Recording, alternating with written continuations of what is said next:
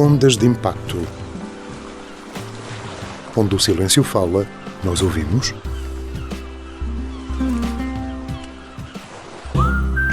Juntos vivemos felizes para sempre com inclusão e igualdade. Intermarché Valdepedras. Viver bem ao melhor preço.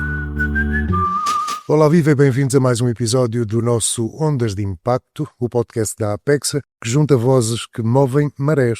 Hoje temos um convidado que literalmente enche pratos, não com conversa fiada, mas com comida verdadeira e um propósito gigante. Falamos de toneladas de alimentos, milhares de pessoas apoiadas e um trabalho que não dorme. Pois bem, senhoras e senhores, aqui está o Nuno Cabrita Alves, o presidente do Banco Alimentar do Algarve. E antes de mais, obrigado por estares aqui.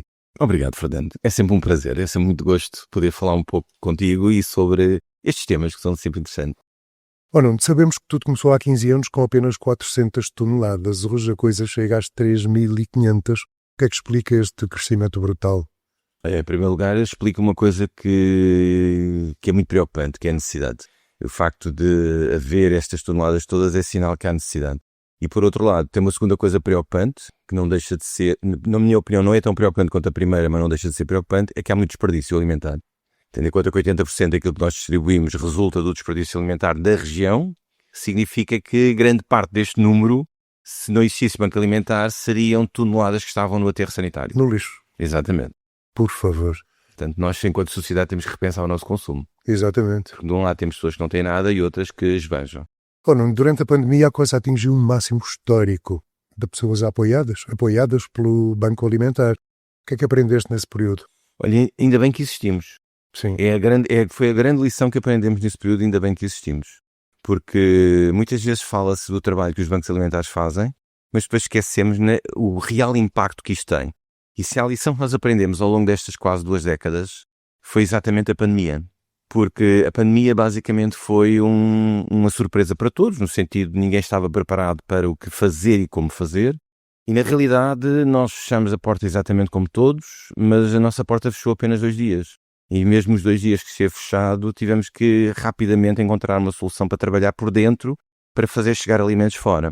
E na semana a seguir já estávamos a trabalhar em espelho, sem saber muito bem como nos organizarmos, mas fomos criando e inventando sobre a situação e respondendo à situação. E porquê que eu chamo a atenção para isso? Porque nós, em poucas horas, começamos a receber chamadas telefónicas a pedir ajuda e no espaço de 1 mês estávamos a apoiar o dobro das pessoas que estávamos no dia anterior ao lockdown e o Estado levou 4 meses a adaptar a única resposta que tinha em Portugal. 4 meses. Conseguiu fechar esse apoio ao fim de 6 meses. Ou seja, na realidade significa eles estavam a apoiar um determinado número de pessoas, levaram 4 meses para conseguir passar ou seja, de 60 para 90 mil a nível nacional e depois mais 2 meses para chegar às 120 mil. Caramba, que eficiência. Eficiência. Portanto, na realidade, eu pergunto-me, já perguntei várias vezes, então se não houvesse uma resposta privada não lucrativa, que é o caso dos bancos alimentares e desta rede, as pessoas levavam 4 meses à espera de comida? Eu não tenho nada para acrescentar, porque realmente este é o raciocínio que se deve fazer. Portanto, nós existirmos foi a lição que aprendemos. Nós temos mesmo capacidade de resposta. Como é que conseguiste pôr a coisa a funcionar, uma vez que estava toda a gente fechada em casa? Conseguiste ter voluntários, gente que ajudou? Não, no princípio não tínhamos voluntários. Contámos com a nossa própria equipa. Tivemos que repartir a equipa em 2, ou seja, uma equipa que está formatada para trabalhar todos os dias, não temos um único recurso em excesso. Tivemos que parti-la pela metade para conseguir fazer o mesmo trabalho. Na realidade não fizemos o mesmo trabalho, fizemos muito mais. Porque depois uma das coisas que nos assustou foi perceber, ok, não é possível fazer campanha, como é que nós vamos arranjar alimentos? Esquecemos de um pequeno detalhe, é que toda a indústria alimentar estava a funcionar, a agricultura estava a funcionar. E a partir do momento que mandaram fechar, onde é que aqueles alimentos vão parar? Ou seja, eles já estavam a ser produzidos. No caso da agricultura, eles já estavam nas árvores, já estavam no terreno, no campo. Portanto, aquilo teve que ir para algum lado. E graças ao facto dos bancos alimentares estarem abertos, e no nosso caso em concreto isso aconteceu, começaram a chegar toneladas e toneladas de alimentos que iam para o lixo, ou seja, já estavam em produção, já estavam encomendados e que não podiam ir para lado nenhum. E isso vem-nos trazer o dobro ou o triplo do trabalho com a equipa pela metade. Depois tivemos aqui uma ajuda brilhante dos estudantes de Medicina da Universidade do Algarve. Ora. Graças à nossa querida Margarida Flores, da Direção dos Serviços Regionais do Instituto de Segurança Social, que em determinada altura disse, Nuno, há aqui estudantes com vontade de ajudar. Eu digo, estudantes de Medicina. Medicina? mas medicina, eles devem estar ocupadíssimos a ajudar na área da pandemia. Não, mas eles estiveram efetivamente a ajudar na área da pandemia e ainda conseguiram nos ajudar a nós. O IFP depois conseguiu reorganizar-se e faz sair uma medida que é o Marés, ou seja, dar a possibilidade de pessoas que estavam desocupadas a integrar, e nós fomos buscar uma equipa ao Marés. E aí fomos nos estruturando e conseguimos dar a volta sempre. Não terá sido fácil, caramba. Não. Foi sempre um desafio gigante, passar muito tempo ao telefone a tentar encontrar soluções para que as coisas funcionassem, e felizmente estávamos lá. Nuno, muita gente associa o Banco Alimentar apenas à pobreza extrema. Mas quem são hoje as pessoas que procuram esta ajuda? Metade são pessoas que trabalham. Neste momento, o paradigma mudou ao longo destas quase 2 décadas. Neste momento, metade das pessoas que recebem apoio alimentar no Algarve trabalham. Isso é estranho. O estranho, aqui não há, acho que não há muito estranho. Quem estiver atento à nossa região sabe que nós vivemos maioritariamente de uma atividade que é o turismo, Sim. quer direta, quer indiretamente. E sabemos também a precariedade laboral que está associada a este setor. E também sabemos os baixos salários que estão associados a este setor. Uhum. E depois, hoje em dia, pior do que no passado, na minha modesta opinião, é que a grande parte das unidades hoteleiras e da indústria está na mão de fundos e de empresas internacionais. Pois. O que significa que todo o rendimento que é aqui produzido vai para fora. E a maior parte, quando estamos entregues a fundos, estamos entregues ao capital. O que interessa é rentabilizar capital. E esquecem-se do capital humano. E o Algarve sofre muito esse impacto. Sempre houve sazonalidade, mas a situação está-se a agudizar. Hoje, claro, depois somando a isto tudo, temos a questão da habitação, que chegou a um patamar insustentável. Temos a questão do impacto das guerras nos IVAs e no impacto da alimentação, que a alimentação subiu exponencialmente nos últimos 2-3 anos. Portanto, tudo isto contribui para que uma família dita normal, com a sua vida minimamente organizada, não consiga, para fazer face às despesas base noutras áreas, não consiga ter dinheiro suficiente para a alimentação. Pois, com tudo isso deixa de ser estranho, não é? Deixa de ser estranho. Exatamente. E alguém que trabalha, que não, Exatamente. Que não consegue... Esta história de estar a associar que são um bando de malandros que vive à conta do sistema, peço desculpa, mas não. Havemos de falar disso mais à frente. Mas para já, estamos a falar de famílias, idosos, pessoas com deficiência. Sim. Estamos a falar de famílias, estamos a falar de idosos, baixas reformas, também é comum acontecer. As famílias não é propriamente as famílias numerosas, porque não há, mas não são muitas. Há muitas famílias monoparentais, pais ou mães com os filhos, isso também desequilibra. Famílias que resultam depois do desequilíbrio financeiro por via dos divórcios, porque uma coisa é estarem 2 a contribuir para um determinado agregado, outra coisa é só estar 1 a contribuir para esse mesmo agregado. São situações que vão criando disfunções nas famílias e que traduzem-se claramente na questão do rendimento disponível no final do mês. Claro. Há por aí umas vozes que dizem que, enfim, há muito imigrante beneficiar do Banco Alimentar. Isso é verdade? Não. Mas diz-se. Não é verdade. Não é verdade. Nós detectamos ao longo dos anos e sobretudo nos últimos, o peso dos imigrantes aparece numa situação que também é anómala por ela própria, mas resulta de uma situação que não é culpa do setor social, mas é culpa do setor empresarial. Eu vou dar exemplos concretos que nós já detectamos, que é o facto de empresas que mandam vir pessoas para trabalhar em determinados setores de atividade e que aqui chegam sem qualquer tipo de rede ou de respaldo e que durante o primeiro mês têm que trabalhar porque o ordenado só cai no fim do mês. E até isso acontecer, como é que se come? Tem que recorrer à rede social. Quer dizer, as empresas contratam, as empresas vão buscar, os setores financeiros, não, os setores empresariais vão buscar, mas depois encostam-se ao setor social para manter estas equipas até ao primeiro salário. Isto é inaceitável. Claro. É inaceitável. Quando se vai buscar, tem que se criar condições para, pelo menos no primeiro mês, que as pessoas tenham condições para poder até chegar ao primeiro ordenado. Em princípio... Isso tem que estar garantido. E não está garantido em alguns setores de atividade na região. Pois. E isso é preocupante. E nós já chamamos a atenção disso porque isso não faz nenhum sentido. Depois há uma outra situação que resulta, que é o facto de se ir buscar mão de obra, seja ela estrangeira ou não, isso é um problema, que é não ou seja, os contratos de trabalho não são suficientes em termos de tempo para poder ter direito a um subsídio de desemprego. Então há muitas pessoas que vêm, fazem um trabalho, mas não descontaram o suficiente, porque esse contrato foi tão curto, que no final não têm direito ao subsídio de desemprego. E aí sim caem na rede social outra vez. Escarreio de condições. Isto está mal. Portanto, o problema não é das pessoas, o problema é do sistema deste tipo de empresários ou empresas ou de setores de atividade que estruturam as coisas desta maneira. E o Estado tem que estar atento. E o Estado, enfim, e ao que parece não está. Não, parece não está. Nuno, há cada vez mais gente a recorrer ao Banco Alimentar. Há gente que nunca pensou sequer ter que fazê-lo. Existe vergonha em pedir ajuda ainda? E como é que vocês lidam com isso? Assim, eu acredito que haja ainda pessoas com vergonha de pedir ajuda. Claro que sim. penso que os últimos... eu acho que pelo menos nós sentimos mais para trás do que agora.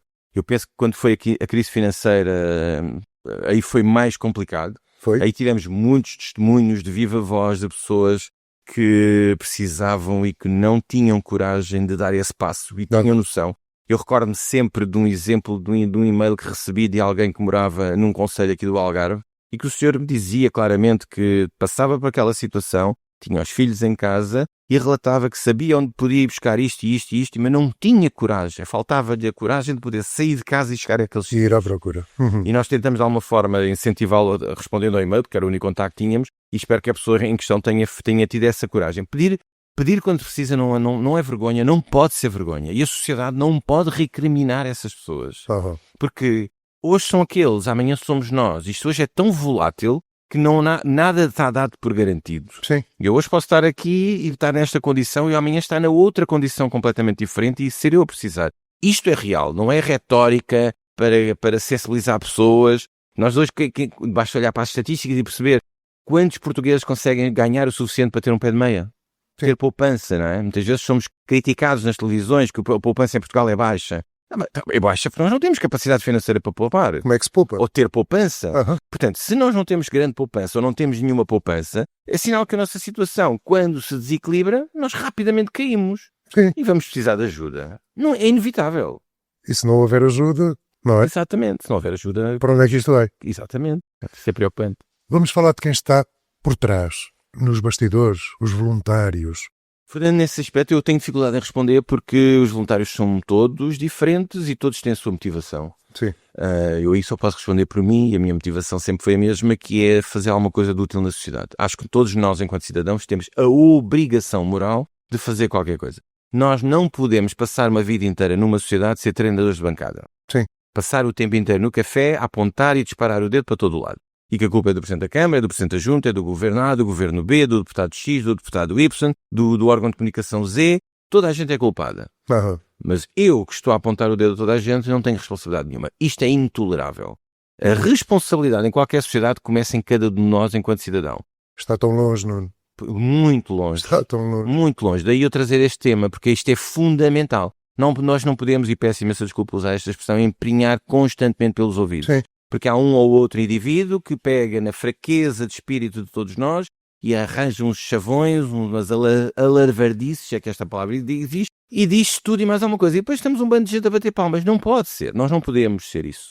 Nós temos que ler, nós temos que saber, nós temos que ouvir. Nós temos que ouvir várias fontes para poder cruzar a informação e perceber onde é que está a verdade. Aham. E hoje, mais do que nunca, isto faz todo o sentido. Nós temos que sair de casa, ir à rua e fazer coisas. Eu posso não gostar do Banco Alimentar, mas gosto do ReFood. Eu posso não gostar do ReFood, gosto da Apex. Eu não posso gostar da Apex, eu gosto de uma associação qualquer de animais. Mas eu tenho a obrigação de fazer qualquer coisa. Aham. Eu tenho a obrigação de me envolver. Se porventura existe um problema no meu bairro, na minha rua, não adianta tirar uma fotografia e pôr no Facebook e ficar respaldado em casa, no sofá, É o que se completamente. faz, não. Levantar o rabo de casa e ir à junta de freguesia e falar com o presidente. Ou ir à Câmara falar com o serviço. Alguém tem que o fazer. Nós temos que o fazer. E não é esperar eternamente que venha Dom Sebastião resolver os nossos problemas. Ele não veio até hoje e nunca irá voltar. E esta mudança de atitude, essa postura diferente nós temos que cultivar e cultivar nos mais jovens, cultivar em toda a gente. E temos mesmo que mudar. E hoje, mais do que nunca, é urgente mudar de atitude. Faça aquilo que está a acontecer. E a coisa devia começar em pequenino, na escola.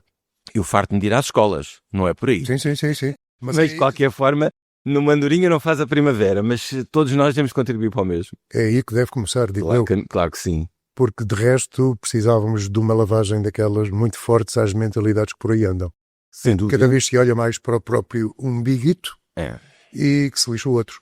E depois temos uma coisa Desde que terrível. passas o post, É. a coisa está bem. Esse é que é o problema. Nós temos uma coisa cada vez mais terrível, que é o facto de fazermos o post e se calhar cada clique que nós fazemos, o algoritmo depois vai-nos encaminhando, Sim. como qualquer pastor, a seguir o seu rebanho para um determinado caminho. E que se nós vivermos à sombra do algoritmo, nós vamos caminhar para aquele caminho. Pois. E aquele caminho nem sempre é o melhor caminho.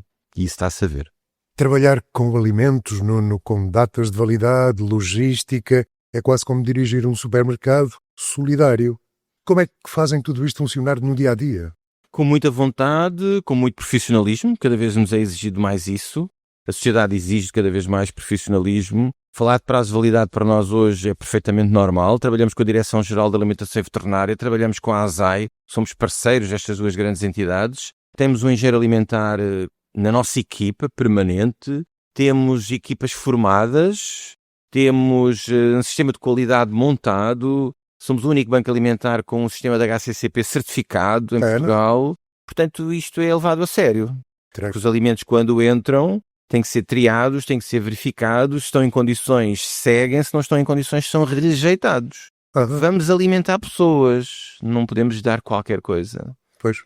E temos esse cuidado sempre em servir o melhor que sabemos e conseguimos. E cada vez temos mais essa preocupação. Portanto, obviamente temos um sistema de gestão de entradas e saídas, os produtos chegam, saem, está tudo registado, sabemos onde estão, localizado no armazém como qualquer grande grossista, temos localização. Estamos neste momento a informatizar todo o sistema de gestão de estoques, onde sabemos, depois vamos ter um sistema de QR Code, onde sabemos onde é que está, onde é que foi, qual é a localização daquele lote, porque é que ele está ali, porque é que ele não entrou para outro sítio, a que tempo é que se vai sair, para onde é que ele foi entregue, a rastreabilidade, que é um chavão que já se usa muito na indústria alimentar, nós também estamos a fazer um esforço para implementar, levamos isso a sério. Que trabalhão. Sem dúvida, mas é necessário fazê-lo, porque alimentamos pessoas. Tens alguma história curiosa ou comovente neste contexto que nunca te vais esquecer? Curiosa, sim, comovente nem por isso, por acaso, mas curiosa tenho, mas isso demonstra muito a forma, também vai muito ao encontro da nossa sociedade formatada. Eu dou sempre o exemplo das almôndegas. Então? E porquê? Há uns anos atrás, é recordado, foi público, o IKEA teve um problema de rotulagem de almôndegas na Europa, porque na sua rotulagem, o produto continha carne de cavalo e na sua rotulagem essa informação não constava. E o IKEA, por uma questão de responsabilidade, manda retirar automaticamente todo o produto da Europa e ficou com toneladas e toneladas de almôndegas congeladas, que é o famoso produto que eles servem nas lojas, parte de restauração das lojas deles. E obviamente o que é que ele fez? O produto estava perfeitamente em condições de ser consumido, tinha todas as garantias, simplesmente tinha má rotulagem. Então ele é retirado do mercado e entregue aos bancos alimentares por toda a Europa. Portugal também foi um dos países que beneficiou dessas almôndegas e nós, Banco Alimentar do Algarve, também recebemos essas almôndegas. E a primeira entrega de almôndegas correu espetacularmente bem, porque toda a gente estava encantada da vida. É raro chegar carne e muito menos carne pronta a cozinhar, como é o caso das almôndegas. O problema começa quando começa a chegar mais almôndegas e mais almôndegas e mais almôndegas, em que as pessoas dizem, mas outra vez almôndegas, mas o que é que eu faço com as almôndegas? Yeah. E explicar às pessoas e dizer assim, bom, mas isto é carne picada. Se você deixar de descongelar a almôndega e desfarolar, fica com carne para fazer um empadão. Se você espalmar, fica com hambúrguer. Portanto, ou seja, nós ficamos tão focados na forma como as coisas nos são apresentadas que acabamos por não conseguir abrir o nosso espectro e dizer assim, bom, não, isto não é uma almôndega, não é uma bola, isto é carne picada. A carne picada posso fazer o que quiser com ela. E é um bocado isso a nossa sociedade. Estamos tão formatados às coisas que nos são servidas que acabamos por não conseguir ter uma visão 360 e perceber, não, isto pode ser feito de outra forma. As pessoas perceberam? E perceberam. Passaram a Mas foi curioso esta reação, não é? Passou de uma fase de euforia, ok, almôndegas, fantástico, para uma fase de, outra vez, o que é que faz com isto? As pessoas vão se queixar. Não, pode fazer várias coisas. Yep. Está então na altura, Nuno, de te oferecer um cafezinho sírio e umas bolachinhas de amêndoa feitas ali num projeto chamado One Bean, onde pretendemos a empregabilidade de pessoas com deficiência. Vais provar, depois vais-me dizer como é, entretanto podemos continuar a conversar. Com certeza que sim, Fernando. Deixa-me perguntar-te, o café é uma das coisas que as pessoas fornecem ao Banco Alimentar? Nem por isso. Pois. O café acaba por... Curioso, por acaso agora vou fazer aqui um parênteses por uma curiosidade. Força.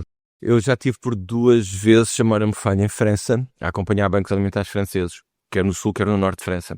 E nas campanhas de recolha dos bancos alimentares franceses, entre outros produtos que nós não pedimos em Portugal, está o café e o chá. E na altura ficámos muito curiosos. Eu perguntei, mas porquê? E a resposta é simples. É que nós fornecemos alimentos para pessoas sem abrigo. E o café e o chá é uma forma de os aquecer, de lhes dar conforto. Mais do que alimentar o corpo, é alimentar a alma e o espírito. É engraçado, não é? É, mas seria interessante um cafezinho, porque um cafezinho pode ser apenas um ritual, mas talvez não.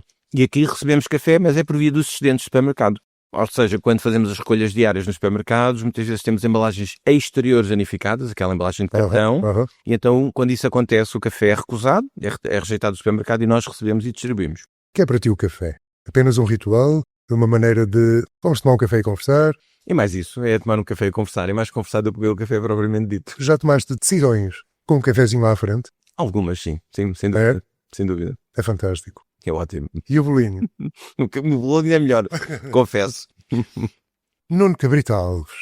O Algarve do verão, das praias, dos turistas, não é o mesmo Algarve de quem vive dificuldades o ano inteiro. Como é que estas desigualdades impactam o teu dia-a-dia? Para ser sincero, com profunda tristeza e mágoa. Eu não consigo compreender, vivendo eu num país europeu, numa União Europeia, como é que existem tanta gente pobre. E não consigo perceber também, Portugal tem uma mediana de 4 milhões de pobres. Como é? Portugal tem uma mediana de 4 milhões de pobres. Normalmente fala-se em 2 milhões porque os outros 2 vivem com os apoios sociais. Sim. Ou seja, temos 4 milhões de pobres, há dinheiro que se coloca nisto e mais 2 milhões continuam a ser pobres. Os outros não são tão pobres porque vivem com os apoios sociais e com os subsídios. E isto é grave. Estamos a falar de 40% da população. É muito. E mais grave se torna quando nós olhamos para estes números e invariavelmente eles não mudam. Nos 50 anos do pós-25 de Abril, nós temos uma subida e uma descida, uma subida e uma descida. Sim. É certo que há uma crise financeira, sobe, houve uma crise pandémica, sobe, houve uma crise inflacionista, sobe, mas depois quando a economia retoma e vamos para o pleno emprego, desce. Mas estamos a falar de pleno emprego hoje, não é? É o que dizem. Sim. E estamos em pleno emprego, mas continuamos a ter 2 milhões de pobres. Estranho, não é? É muito estranho. E isto é estranho a vários níveis. Eu acho que é estranho a nível empresarial, que significa que continuamos insistentemente com uma política de baixos salários e com uma política de precariedade laboral, que é vergonhoso neste momento. Sim. Com o devido respeito toda a gente me merece, mas é vergonhoso. E isso tem que ser corrigido definitivamente. Para mim não me interessa muito ter políticos à direita ou à esquerda, desde que não seja nem extremo-direita nem extrema-esquerda, como é óbvio, os extremos nunca foram bons conselheiros de nada nem de ninguém. E tocam-se que é uma chatice. E tocam-se que realmente é uma chatice, como dizes. Mas aquilo que me interessa a mim é que se mudem definitivamente políticas. O que nós precisamos é de homens e mulheres com coragem. E não de homens e mulheres que são uns fogachos, porque têm muita energia nas campanhas eleitorais, prometem mundos e fundos, e depois quando chegam ao poder devem um favor àquele, devem um favor àquela entidade, àquele partido, ao outro companheiro, àquela empresa, àquele setor de atividade, e aquilo que é profundamente necessário mudar nunca se muda. Pois. E isso tem acontecido invariavelmente nos últimos 50 anos. Sim, venha quem vier, quando lá chega, adapta-se. Adapta-se. Pois. Faz ali um barulhinho aqui, um barulhinho ali, mexe numa coisa e tal ali, para demonstrar que realmente está à vontade de querer fazer alguma coisa, mas na triste realidade é que não muda. Isto tem que mudar. Temos que ter empresas que gerem lucro, claramente. Minha formação é gestão. Não me choca de maneira nenhuma ouvir dizer que as empresas têm que dar lucro. Têm que efetivamente dar lucro. Claro que sim. As empresas têm que remunerar o capital e os seus acionistas. Não há a menor dúvida sobre isso. As empresas têm que pagar bem aos seus administradores, claramente. Agora, não pode haver um administrador que ganhe 100 vezes mais que um funcionário da empresa. Pois. Isso é que não faz sentido. Que é o que acontece. Ou não faz sentido as empresas dizerem que o ordenado mínimo nacional é exageradamente elevado e que se continuar a aumentar as empresas vão à falência. Os governos caem nesta conversa, dão subsídios às empresas e depois as empresas aumentam os seus administradores na proporção dos seus subsídios. Isto é absurdo. Isto é gozar com o dinheiro e com a cara de todos nós. E isto acontece todos os dias e não há a mínima vergonha em falar sobre isto, porque isto está nos órgãos de comunicação social. Sim. Portanto, o povo, a comunidade, só não acompanha isto se não quiser. Se quiser estar a fingir que não vê. Que é normalmente a maneira de estar. E isto é vergonhoso, isto é grave. E isto é algo que me preocupa, me incomoda bastante. Portanto, muitas vezes aponta-se o dedo ao facto das empresas darem lucro. Não é. É pagarem mal salários. O maior ativo de uma empresa, o maior ativo de um negócio são os recursos humanos. Exato. Não são os armazéns, não são os softwares, as tecnologias, não é a AI, não é nada disso. O maior ativo de uma empresa são as pessoas. E essas têm que ser bem remuneradas. Elas têm que ser bem remuneradas para estar motivadas para trabalhar. Elas têm que ser bem remuneradas para poder ter o seu orçamento familiar equilibrado, para poderem ir trabalhar descansadas e não estarem preocupadas onde é que o filho está, onde é que o filho foi, se tem escola, se não tem escola, se tem dinheiro para chegar ao fim do mês e conseguir pagar as contas. As pessoas têm que estar livres desses pensamentos para poderem produzir, para poderem ser produtivas. Não me venham dizer insistentemente que o português é mau, é pessimamente a produzir, é um mau produtor, tem baixa produtividade. Isso é balelas para nos enganarem. Nós somos mal geridos, que é diferente. Sim, essa que é essa. Nós temos más lideranças em Portugal. Há 5 décadas que temos estado a perder neste campeonato das lideranças e da gestão. Porque continuamos a ser errados na forma como pensamos os negócios e atividades. E é isto que vai gerar a pobreza. Pois. Gera a pobreza intelectual, porque as pessoas acabam por passar a maior parte do tempo a sair de um emprego para ir para o outro, gera pobreza familiar, porque as pessoas estão mais horas necessárias nos empregos e nas empresas e menos atenção aos filhos e à família, gera pobreza nos negócios porque as pessoas andam cansadas, porque não conseguem ter tempo de qualidade em casa para descansar e com a sua família. Isto é um ciclo vicioso no sentido negativo. É uma espiral negativa. E não venham culpar os povos, não venham culpar os trabalhadores, não venham culpar as pessoas. Seguramente haverá malandros, como em tudo na vida, mas não é isso que faz com que isto não funcione. O mal parte de cima. Vamos sair do Algarve, apanhamos o avião e vamos para qualquer sítio. Estamos no século XXI. Fome no século XXI? Gente a morrer de fome. Gente a quem é negada alimentação. Nós estamos a ver isto a acontecer no mundo. E mais dinheiro para guerras. Mais dinheiro para proteção. Caramba, isto não te parece absurdo? Não faz sentido. Nada. Mas parece que Até me engasgo. cada vez faz mais sentido. Quer dizer, é o que estamos a ver acontecer. Eu às vezes vão-me permitir esta analogia, se calhar um bocadinho brejeira e simplista, mas eu às vezes acho que vivemos ainda no infantário. Porque na realidade o que é que eu quero dizer com isto? Napoleão, que foi 1800 e qualquer coisa, e outros tantos que houve ao longo destes séculos da história da humanidade, eu até conseguia compreender de alguma forma com a devida distância que tenho deles e desses tempos. Hoje, com o nível de conhecimento que nós todos temos, é um bocadinho triste ver alguém ainda que a minha é maior que a tua. Sim. Basicamente andamos nisto. A minha é maior que a tua. Vamos para o Médio Oriente, eu não consigo entender aquela guerra. Eu também não. Vamos para Vamos para a África. a África, Por favor. como eu também não consigo compreender a maior parte das guerras que existem em África. E como é que se passa? Como eu não consigo perceber uma ditadura na Venezuela, como eu não consigo perceber a guerra da Ucrânia, neste caso a Rússia com a Ucrânia, isto dá a sensação que é a minha maior que a tua. Quer dizer, já não faz sentido. Eu ia dizer, como é que é possível haver fome em África? Aquilo produz tudo. Exatamente, um continente cheio de recursos. Exato. Que é completamente Como é que é explorado. E hoje, obviamente, que se nós criarmos o devido distanciamento, percebemos que existe a guerra em África. Sim. Porque enquanto eles estiverem entretidos a chapar uns com os outros, há quem esteja por trás a sacar os recursos. Ora bem. Isto é fácil de Ora perceber. A maior parte destas guerras tem a ver com isso. E nem sequer são notícia. Não. Notícia é a Ucrânia, é a Gaza e o Sudão. Caramba. A notícia acaba por ser a guerra propriamente dita, mas não é o porquê da guerra. Qual é o verdadeiro interesse que ele existe? Aquela destabilidade existe exatamente porque há outros interesses. Claro. E nós, europeus, somos responsáveis por isso. Não é? Muito. Todo o mundo civilizado, ocidental, digamos assim, é responsável por isso. E enquanto os locais estiverem a chapar uns com os outros e não se entenderem, e quando se começam a entender, arranja-se forma de continuarem a não se entender. Ora bem. Porque esse é que é o grande desígnio, que é para poder continuar a tirar. Será que as pessoas ainda não entenderam que quando morrerem levam, sejam elas ricas ou pobres, toda a gente leva exatamente o mesmo? É por isso que a ganância não me entra na cabeça. Não entra na minha cabeça. Pois. O que é que adianta a Rússia ter mais um palmo de terra para o lado da Ucrânia? Quando o Putin morrer, vai levar exatamente o mesmo que qualquer um de nós. E está a ser tarde demais, mas enfim, desculpa. E se não levar é porque alguém lhe enfiou qualquer coisa no caixote. Mas aquilo também não lhe vai servir de nada. Pois. Zero. Não vai ter utilidade rigorosamente nenhuma. Portanto, este tipo de brincadeira, que brincadeira no sentido figurativo e irónico, que nós assistimos impávidos e serenos todos os dias. Quando existe tanta informação, quando existe tanto conhecimento, quando a sociedade é muito mais desenvolvida do que alguma vez foi, e andamos nisto. E há uma coisa que eu não consigo entender, mas se calhar sou eu, para se promover a paz, fornecem-se armas? Também não entendo. É um contrassenso. Eu não consigo perceber isso. Não é? Contrassenso. É um contrassenso completo, mas é o que se faz. A maior arma que pode existir é o conhecimento. É as pessoas terem conhecimento, as pessoas saberem do que falam, saberem o que veem, serem mais inteligentes, terem oportunidade de serem melhores. A ignorância que me promove tudo isto. A ignorância, não consigo. É algo que para mim, por muitas voltas que eu dei ao meu pensamento, não consigo lá chegar. Pois eu também não. Ouço a Europa, os Estados Unidos fomentarem uma guerra, não estão a procurar a paz. Sem dúvida. Vocês, para combaterem os russos, têm que ter armas ucranianos. E vai disto, e então aquilo acaba como? Não é? Acaba como? Acaba por escalar e acaba por ficar ainda pior do que alguma vez teve. Pois, que é o que E o problema agora é que estes dois maiores conflitos que estão a acontecer neste momento vão trazer ódios geracionais que vão ser difíceis de sanar. Temos dois loucos. Um de um lado e outro do outro. São completamente loucos. Sem dúvida. Mas com o sim das pessoas.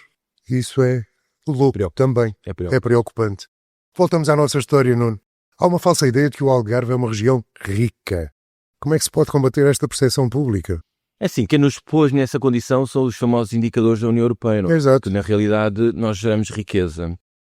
Mas o problema daí está, como falava antes, é que grande parte desta riqueza hoje não fica na região. Pois. Grande parte dos grandes grupos económicos que estão a operar na região e que têm vindo a estabelecer-se na região, levam esses lucros para fora. Claro. E isso é preocupante, sem dúvida. Talvez aqui valesse a pena de uma vez por todas olharmos para o país e passarmos da regionalização administrativa que existe há 30 anos, e não venham dizer o contrário, e se transforme numa regionalização efetiva. E se calhar aí os recursos gerados no Algarve possam ser definitivamente aplicados e investidos no Algarve. Exato. O Algarve é uma zona de convergência, é a segunda zona mais rica do país, mas em termos de pobreza é a região continental portuguesa mais pobre. Mais pobre. Nós estamos abaixo da zona norte. É um contrassenso. Atrás de nós só estão as ilhas, a Madeira e os Açores, os arquipélagos. Uhum. Em termos continentais, hoje é a região mais pobre de Portugal. E necessitada, aliás. Sem dúvida. Andamos à espera de um hospital Recentemente central. foi aprovado o PDS Algarve e o PDS Algarve definiu isso claramente, identificou isso claramente, o Plano de Desenvolvimento Social da região do Algarve. Andamos à espera de um hospital central há quantos anos? Quantas Mas nós andamos... primeiras pedras já se mandaram? Eu costumo dizer que aquilo já é uma pedreira, não é? Alguém, porque depois as pessoas esquecem depois de apanhar com a pedra na cabeça. Pois. É só a única explicação que eu encontro. Mas na realidade o Algarve há muitos anos que é esquecido. Sim, sim. Infraestrutura aqui não existe. Eu desde que saí da faculdade há 30 anos, está a fazer agora 30 anos que eu estou na região, eu vejo as mesmas estradas, a mesma infraestrutura, exatamente igual. Então nas estradas nós temos 3, 4, 5 vezes mais carros a circular. Sim. As estradas são exatamente as mesmas. A única coisa que foi construída nestes anos foi uma via do Infante que não resolve o problema, Claro que não. veio tarde demais, é uma infraestrutura completamente obsoleta e fora das necessidades da região e pior um pouco, foi duplamente paga até há pouco tempo. Sim, felizmente já não é paga, não é? Já acabaram com isso, mas pronto. O que é que falta, Nuno? Ou onde é que estamos a falhar enquanto sociedade? Pois, isso é uma pergunta difícil de Não é? Falhamos em coisas que eu já disse, falhamos em pagar salários como deve ser e dar dignidade ao trabalhador. Não falhamos a educação, acima de tudo. Mas isso é o princípio de tudo. Estamos a falhar mesmo. Devia ser, mas parece que não é. Há muitos anos esta parte. Nós temos uma cultura de facilitismo desde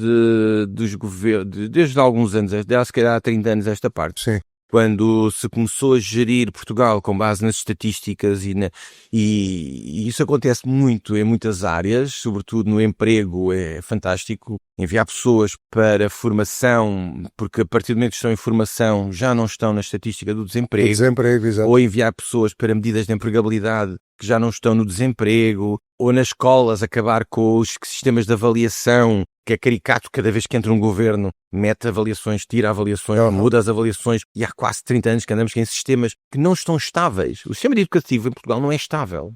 E isso é um problema também. Desacredita professores, desanima professores. A educação para mim é exatamente aquela imagem de caso não há pão, todos ralham, ninguém tem razão. Verdade. Andam todos a chapar uns com os outros, ninguém se entende. Mas também ninguém se quer entender. E o problema é que a produção, o resultado final disso, são alunos cada vez menos preparados. Nós recebemos estágios da universidade há anos e cada ano que passa faça ao natureza um desafio enorme.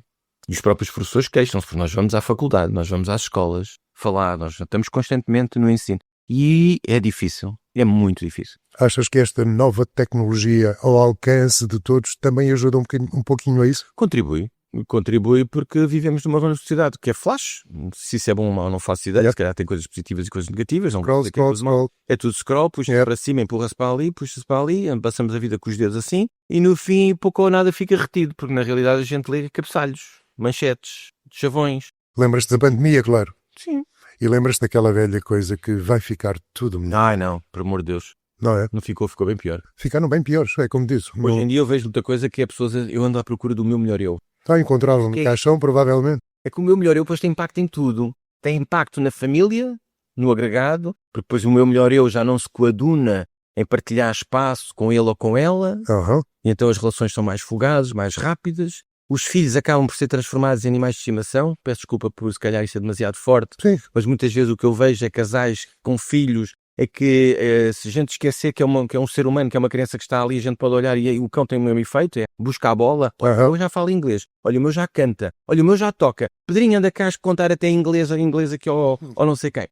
E é muito isto. Hoje em dia temos pais a esquecerem-se dos filhos. Sim. Sei que a sociedade é mais exigente, os pais também andam cansados, e também não vou descurar isso tudo. Mas Mas bolas, não pode ser isto, não pode servir como desculpa, porque senão isto é um efeito bola de neve que tudo se encaixa num outro ponto, a bola vai crescendo, alguém tem que travar esta bola, senão isto vai acabar num precipício. e ele está tão perto do E ele precipício. está cada vez mais perto, nós temos que travar. Eu não estou a dizer que as gerações mais novas são piores do que nenhuma geração. Aliás, há uma coisa que eu me irritava sempre. Eu sou do tempo que se fazia manifestações na Eu Avenida sou do 5 de tempo, Outubro, yeah. todas as semanas, ou todos os dias praticamente, no governo do PSD, contra Manuela Ferreira Leite e outros tantos, que nós estávamos sistematicamente na 5 de Outubro a fazer manifestações no ensino. E dizia o providencial primeiro-ministro à época que a nossa geração era rasca. Se a geração é rasca a geração que nos educou. Ora bem, Porque as gerações são resultado da educação que são alvo. Portanto, hoje dizer-se que os mais jovens são isto ou aquilo, eles são resultado da geração dos seus pais. Quem os educa é que passa a informação para baixo.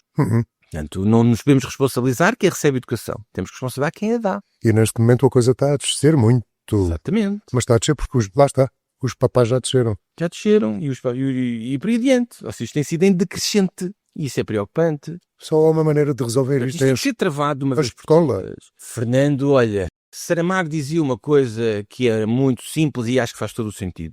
Nós não temos de ter Ministério da Educação porque quem educa é a família. Nós temos de ter Ministério da Formação porque a escola só forma. E dizer à escola que tem que educar e tem que fazer o papel da família não resulta. E quando a escola hoje tenta fazer, quem é que vai à escola imediatamente tirar satisfações? São O os papai pais. vai bater no professor. Exato. Vai bater no professor. Exato. Portanto, a sociedade sabe perfeitamente que a escola não pode educar. Quando toma esta atitude, quando tem este comportamento de ir à escola tirar satisfação, é sinal claro que sabe que não é a escola que tem que educar, é a família. Mas a família também se desresponsabiliza desse papel. Então como é que ficamos? A família não faz porque não pode, tem as suas justificações. A escola não faz porque não deve. Uhum. E quando tenta fazer, a família diz que não pode.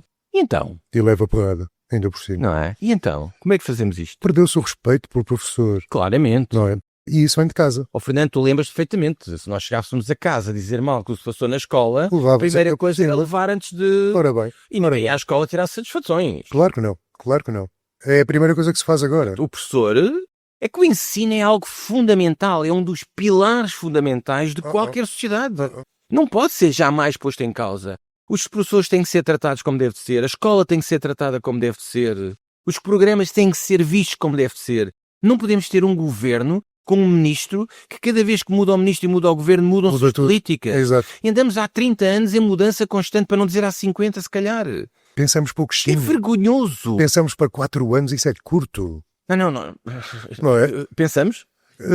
Pois, Para a minha dúvida já é esta. Pensamos? pronto, está bem. Ou na realidade aquilo é o ego, é uma extensão do ego do seu ministro ou daquele governo? Pois Porque provavelmente. queremos deixar marca. Está toda a gente tão ávida, lá da mesma maneira que nós temos, se calhar os mais jovens a fazer scroll, se calhar temos os governos a fazer scroll há muito tempo. Sim. Porque chega um, adota uma medida, veio o outro e não concordo com nada disto. Ainda a primeira medida nem mal foi implementada, mas isso não é só na educação. Exemplo da Não. saúde, recentemente. Ui, O ano passado tomou-se uma decisão. Bem ou mal não é a questão. Nem sabemos se foi bem ou mal porque não houve tempo de aplicar.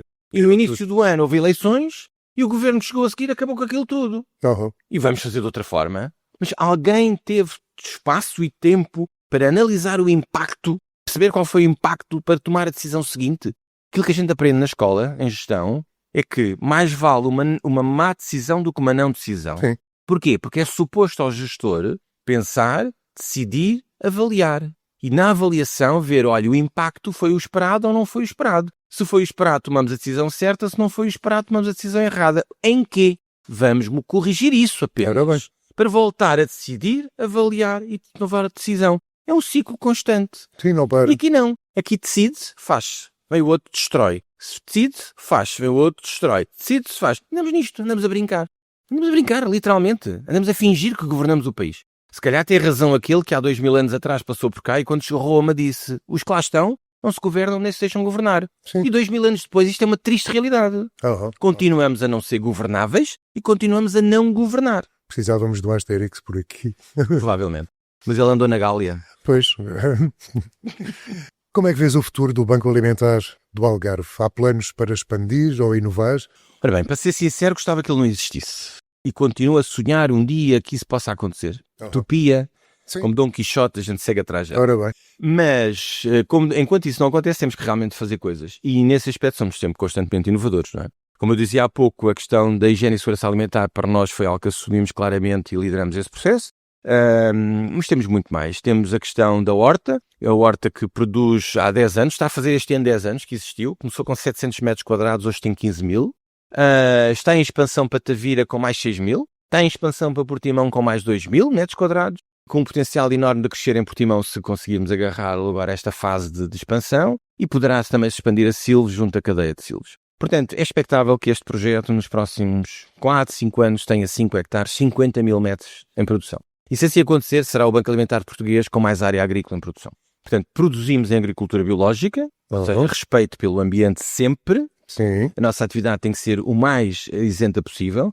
Nós sabemos disto porque fazemos avaliação de impacto com uma universidade na medição do nosso carbono. Nós somos positivos em 900 toneladas de carbono equivalente. Ainda temos alguma poluição na casa das 300 toneladas de carbono equivalente por ano e que temos vindo a reduzir com a renovação da frota para veículos elétricos, com a origem da nossa fonte elétrica também para origens, portanto, naturais, ou seja, vento, eólicos e solares, etc. E queremos continuar este caminho de impacto. Também o impacto na água tentamos que seja o mínimo possível.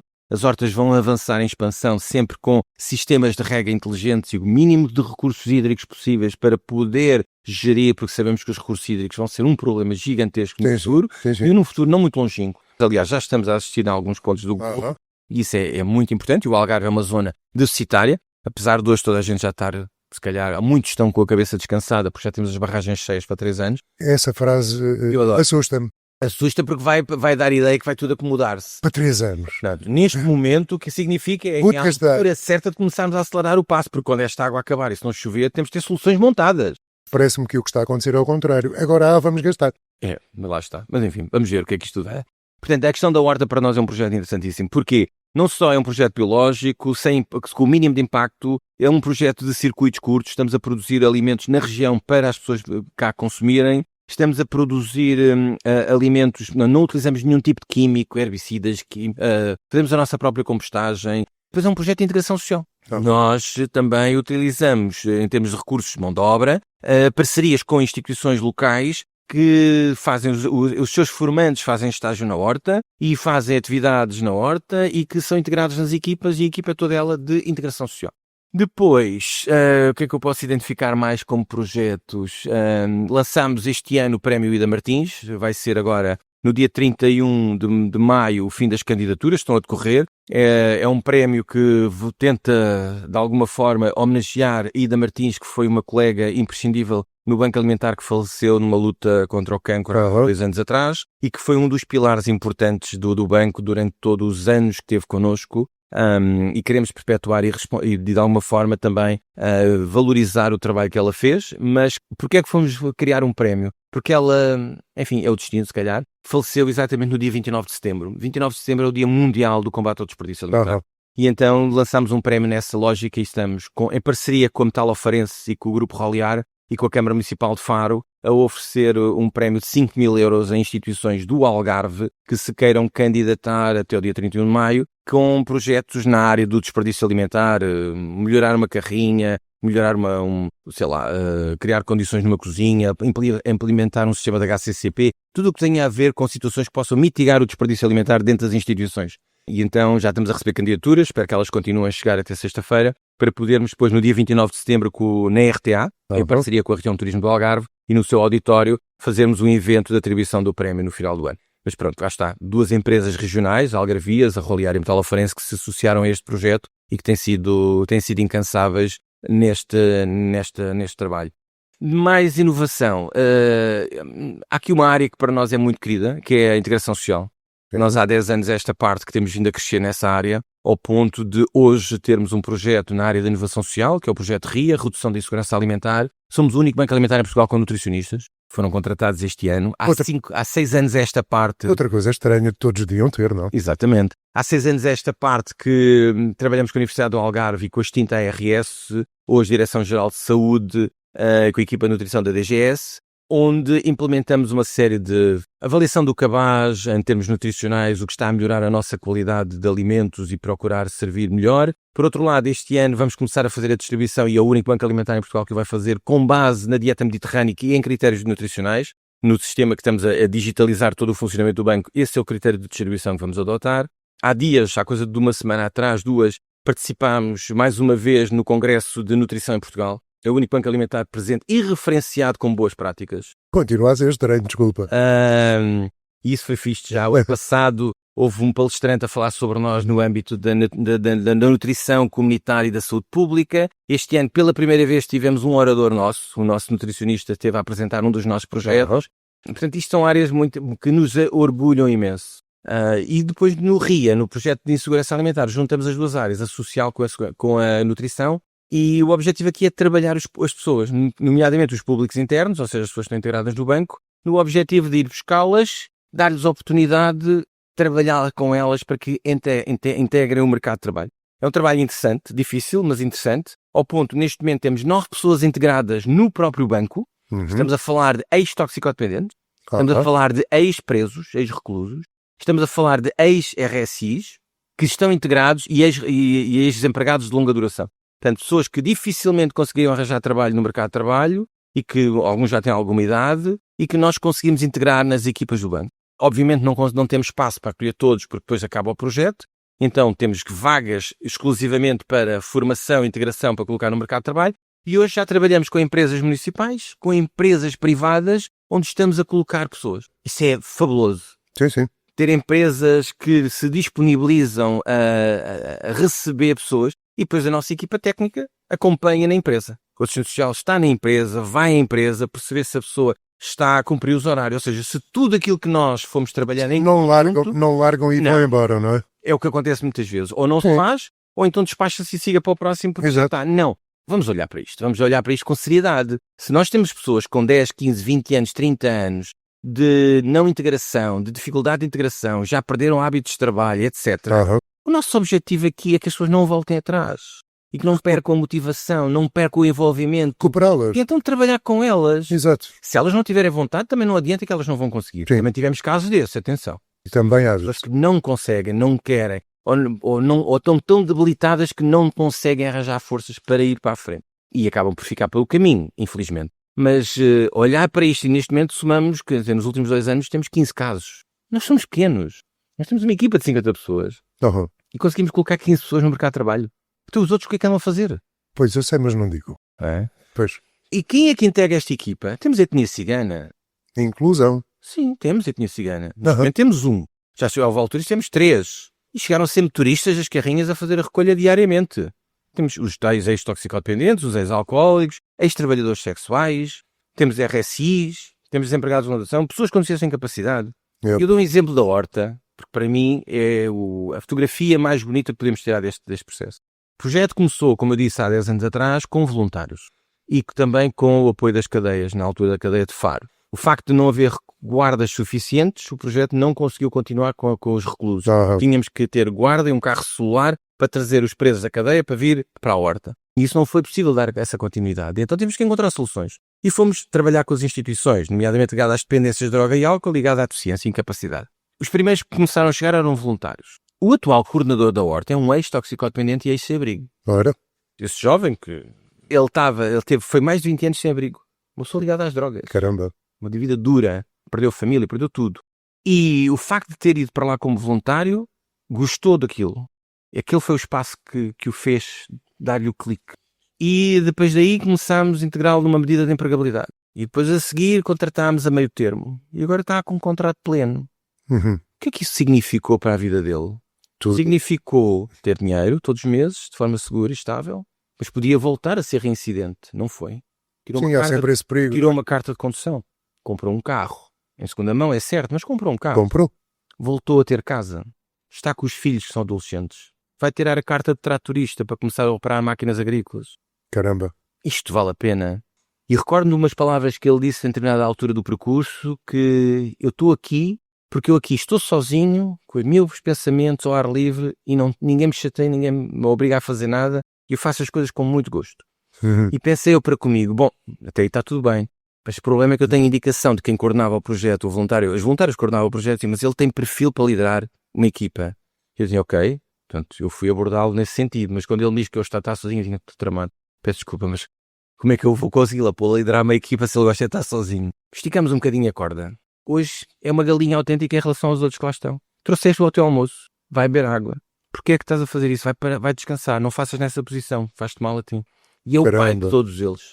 Portanto, isto é gratificante perceber que quando, e isto foi a conclusão que nós chegamos ao fim destes 10 anos, 10, 12 anos de trabalho de inclusão, é que nós começamos com um ato meramente egoísta, que é, isto está a crescer, as tais 400 toneladas que falavas no início, para as 3 mil, e está a crescer, onde é que eu vou buscar mão de obra sem orçamento? Eu não tinha dinheiro. Como é que eu vou buscar? Onde é que eu vou ter recursos que permitam que isto funcione? E os recursos que era possível ter eram gratuitos, ou eram com o mínimo de custo possível. Portanto, as medidas de empregabilidade, em algumas situações nós não temos que pagar nada, noutras temos que co-participar nos custos. E perceber que isto começou de uma forma egoísta, que é o bem que eu preciso crescer, preciso de fazer esta operação, e depois olhar para as pessoas e dizer, mas o que é que a gente pode fazer por elas com o tanto que elas fazem por nós? E então hoje é exatamente ao contrário, olhamos para elas e dizemos, não, isto, eles merecem, então temos dado oportunidades, e muitos têm agarrado as oportunidades, e isso é gratificante perceber que quando se ouve dizer, não vale a pena, que isto não se consegue, deixem-se histórias. Vão para o terreno, vão trabalhar, as coisas acontecem. É fácil, não é? Mas também não tinha o mesmo prazer que tem. E depois é gratificante olhar para as pessoas, perceber o sorriso das pessoas, a gratidão que as pessoas têm. Estas pessoas estão sempre disponíveis para nos ajudar. Claro. A nós, não é nós. A mim, Nuno, é a equipa, é a nós, à causa, aos outros. E isso é visível todos os dias. É com uma satisfação enorme que a gente percebe isso e vê isso. E dá para ver no brilho dos teus olhos que eu agora vou tirar um bocadinho. Nós já falamos há anos e a última questão era sempre a mesma. Quando é que acabamos com o Banco Alimentar? Era a última questão. Hoje não vai ser a última. Minutos antes de tu apareceres aqui, para esta conversa que estava agendada, eu estava ali a brincar no computador, a brincar, é como quem diz, não é? E encontro isto. A dependência de apoio social gera uma coisa terrível, a falta de ambição e mercados paralelos. Ora, quando se fala do alto do privilégio e se olha para baixo com desprezo, podem-se dizer atrocidades destas, não achas? Eu acho. Quem diz isso não conhece a realidade. Quer dizer... Não conhece. Pois... não conhece. Claro que não. Não conhece. Está tão em cima que não olha para baixo. É exatamente. Nessa perspectiva que eu digo que não conhece a realidade. E definitivamente é importante não haver atividade paralela. Mas eu às vezes gostava que quem estuda as matérias da economia e da gestão, mas sobretudo da economia, fizesse estudos sérios sobre algumas questões. E eu pergunto-me a mim mesmo, qual é o maior impacto que é causado na comunidade? Um desgraçado que, para conseguir manter comida em casa, faz uns pescados na Ria Formosa como mariscador, ou na pesca como pescador, ou na construção civil arranjar umas portas ou ser eletricista ou pintar umas paredes, na fuga nas suas atividades paralelas, ou grandes grupos económicos que têm benefícios fiscais monstruosos, que pagam menos impostos que qualquer um de nós e que defraudam o Estado português em milhões e milhões de euros. Eu não fiz esse estudo, mas a sensação nítida que me dá é que este último grupo é muito mais prejudicial do que o primeiro. Completamente, completamente. Portanto, fico triste em perceber que algumas pessoas preocupam-se mais com a migalha do que com o pão. E pessoas com responsabilidade, que é a coisa mais marcante nesta história. Isso a mim choca-me. Não é? Eu não posso estar preocupado com a migalha quando tenho um problema com o pão. Sim. Se eu não tivesse problema nenhum com o pão, se calhar a migalha faria sentido.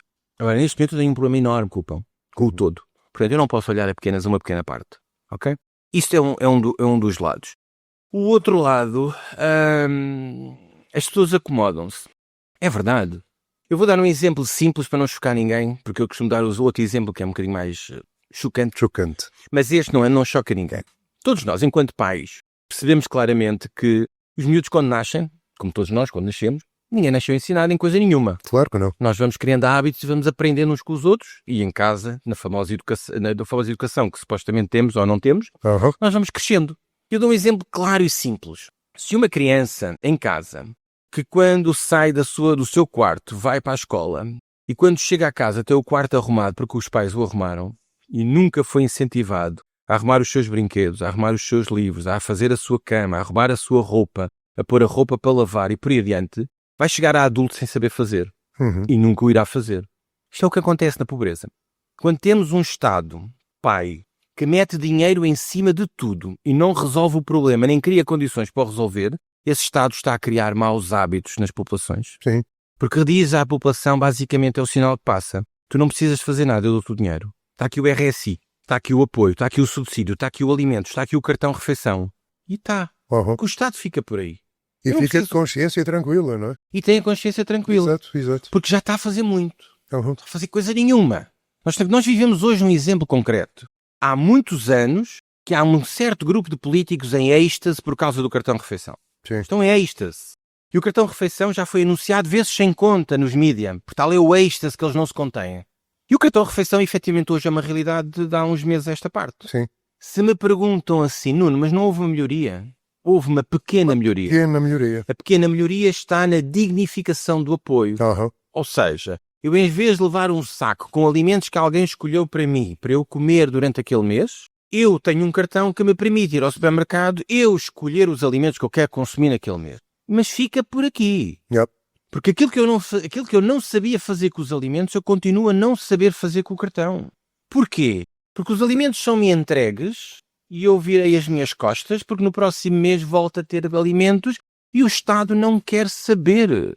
E o cartão é igual. O cartão está aqui. O que é que a pessoa gastou? Onde é que usou o cartão? Não sabemos. Nós não sabemos. O Estado não sabe.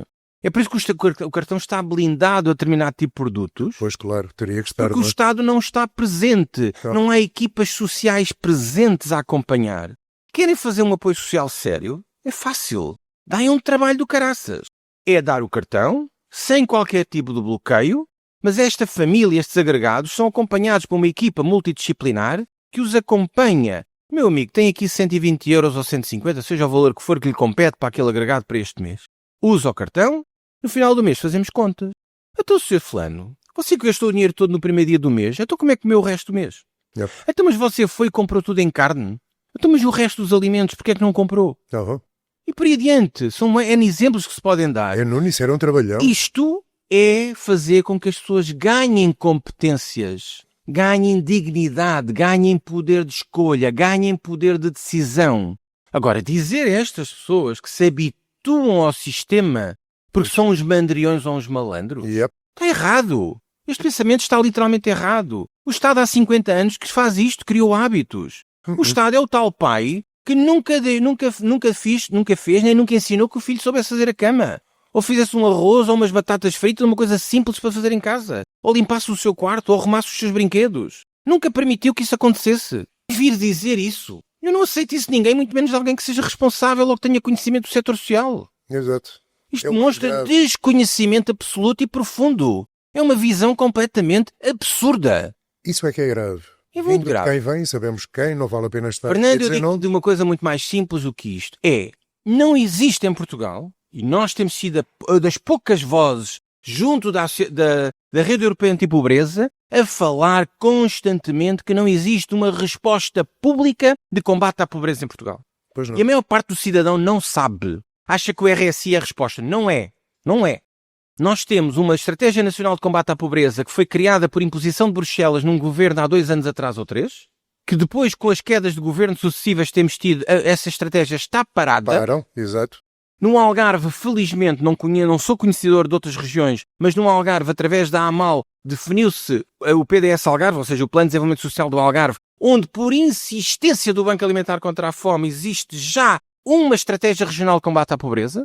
Fomos uma das entidades que pressionámos nesse sentido, e no documento final já consta. E hoje o Banco Alimentar, nos CLAs do Distrito, nos Conselhos Locais de Ação Social, onde eu sou conselheiro, tenho vindo a falar insistentemente para que haja estratégias municipais de combate à pobreza.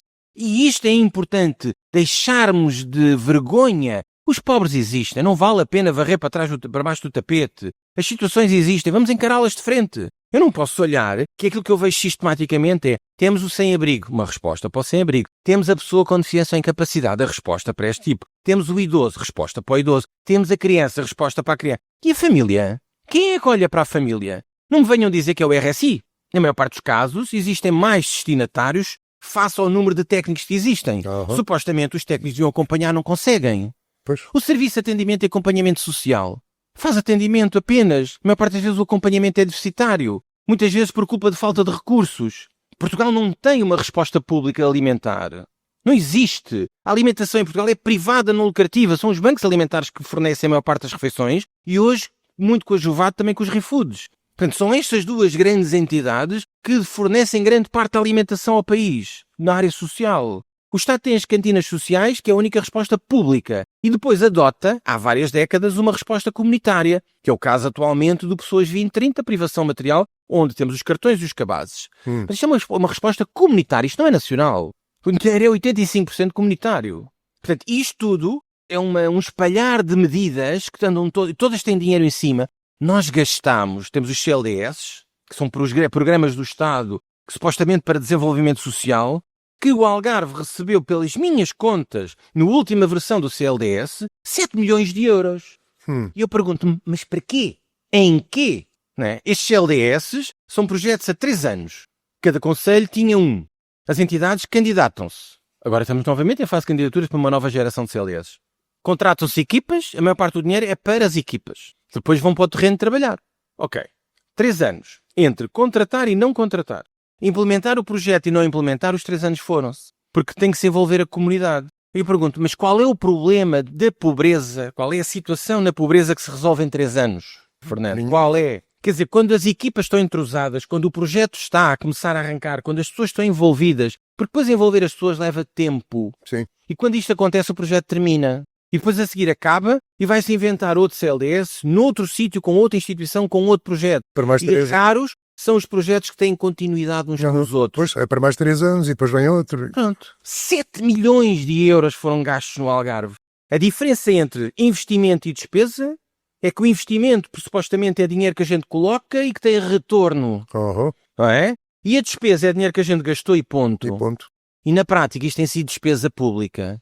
Despesa pública. O que é que estamos a fazer?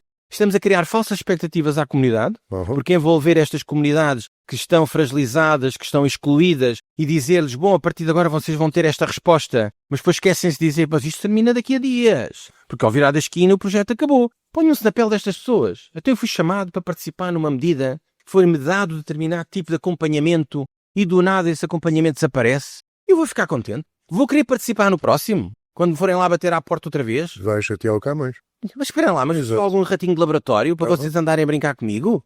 Temos que olhar para o outro lado. Temos que pensar o que é que as pessoas pensam. O que é que as pessoas sentem. Por outro lado, este tipo de projetos também gera insegurança laboral. Psicólogos, terapeutas da FAL, assistentes sociais, que são chamados a integrar estes projetos, a projetos há 3 anos. Ao fim de 3 anos vão fazer o quê? Pois. Vão para a fila do desemprego outra vez à procura de outro projeto. Como é que estes técnicos, estas equipas, podem criar medidas e trabalho de médio e longo prazo com impacto real na comunidade? Não podem, é o curto prazo. Isto é brincar com dinheiro. Mas ninguém vê isto. Nós somos das poucas vozes, e com um bom som é a única voz, que na região sistematicamente mete o dedo na ferida. É um incómodo desgraçado, Fernando, quando se fala nisto. É um incómodo desgraçado. Sim, faz. Lá está ele outra vez, lá estão eles a falar disto outra vez. Ficam muito chateadas, as pessoas ficam muito ofendidas. Não pode acontecer. O dinheiro é meu, é teu, é de todos os que estão a ouvir. Isto tem que ser levado de forma séria.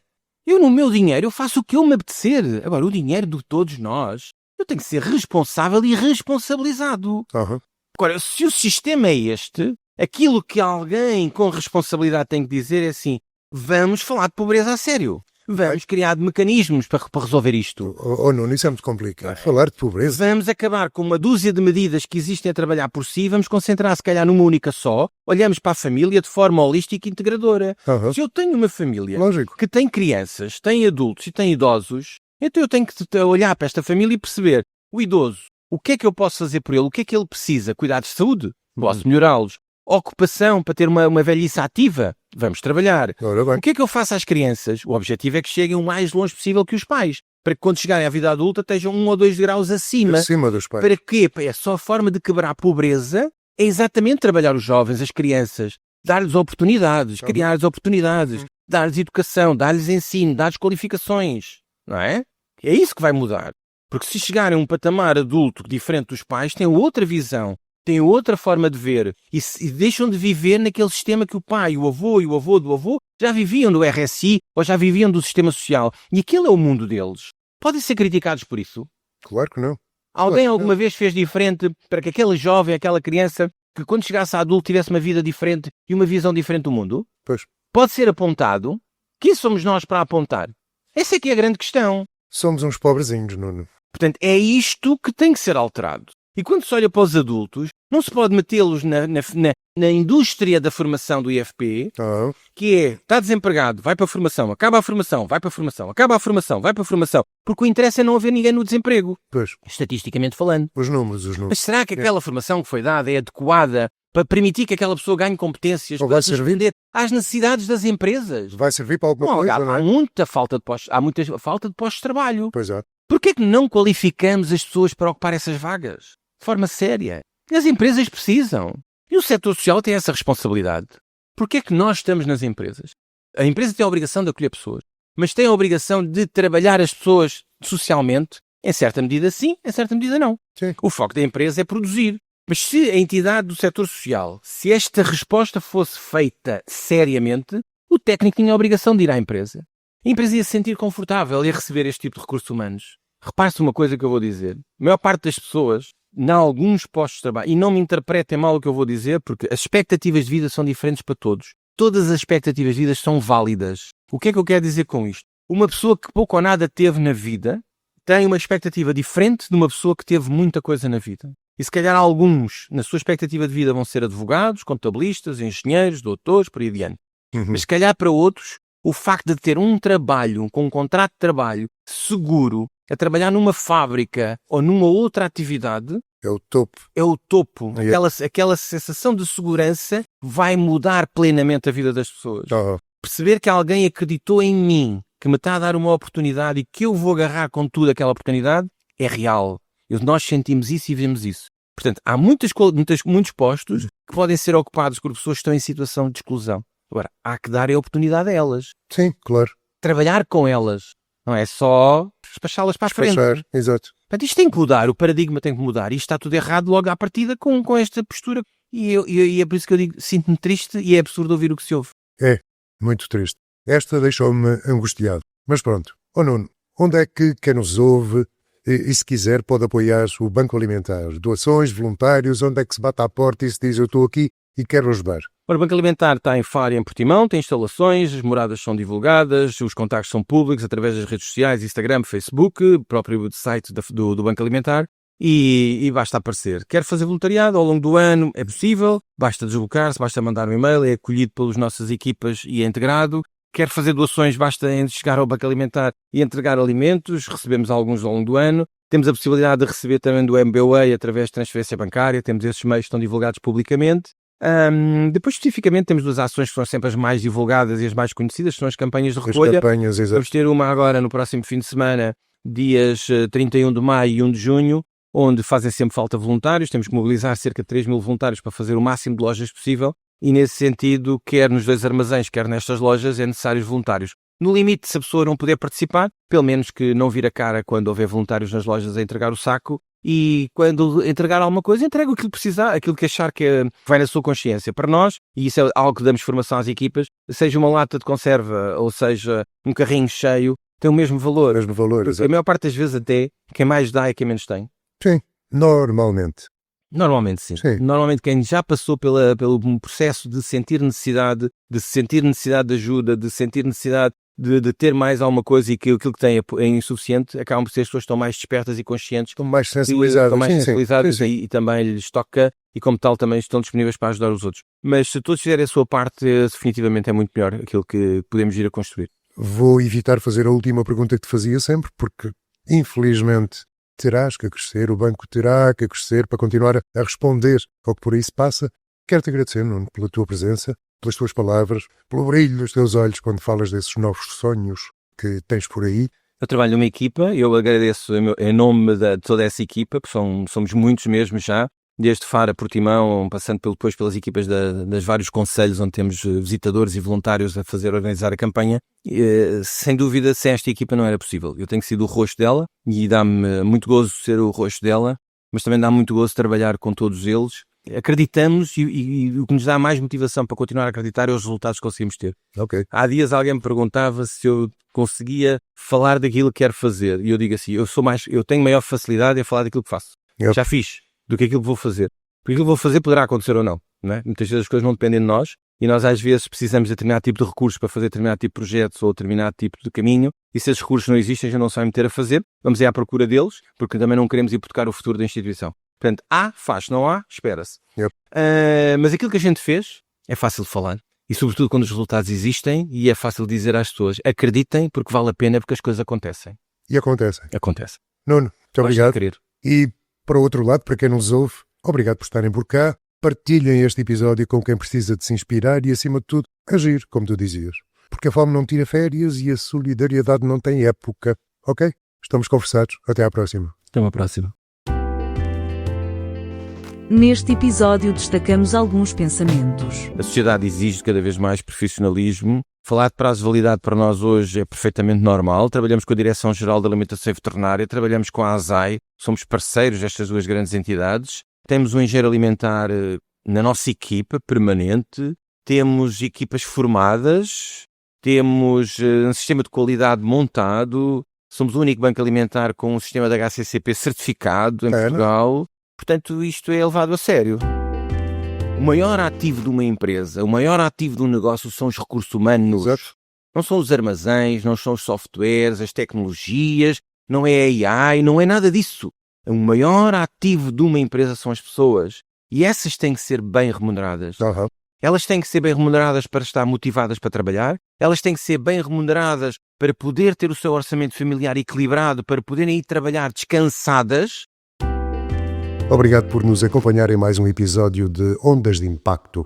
Se este tema despertou o seu interesse, convidamo-lo a explorar mais sobre o assunto e a visitar-nos em inclusão.pt para ampliar o conhecimento sobre os desafios e as soluções que discutimos hoje. E se aprecia o nosso conteúdo, não se esqueça de subscrever Ondas de Impacto na sua plataforma de podcast favorita. Deixe também a sua avaliação, pois ela ajudar-nos-á a alcançar mais pessoas e a criar mais impacto. Voltamos em breve com novos temas e histórias inspiradoras. Até lá, continua a fazer parte desta onda de transformação. Ser cuidador é um ato de amor, mas quem cuida também precisa de apoio. O projeto WeCare da Apexa está aqui para ajudar. Capacite-se, fortaleça a sua rede de suporte e melhore a sua qualidade de vida, porque cuidar de si é o primeiro passo para cuidar de quem mais ama. Saiba mais em wecare.pt. Cuidadores também merecem cuidado.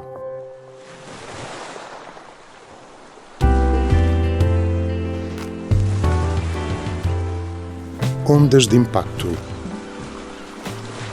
Onde o silêncio fala, nós ouvimos.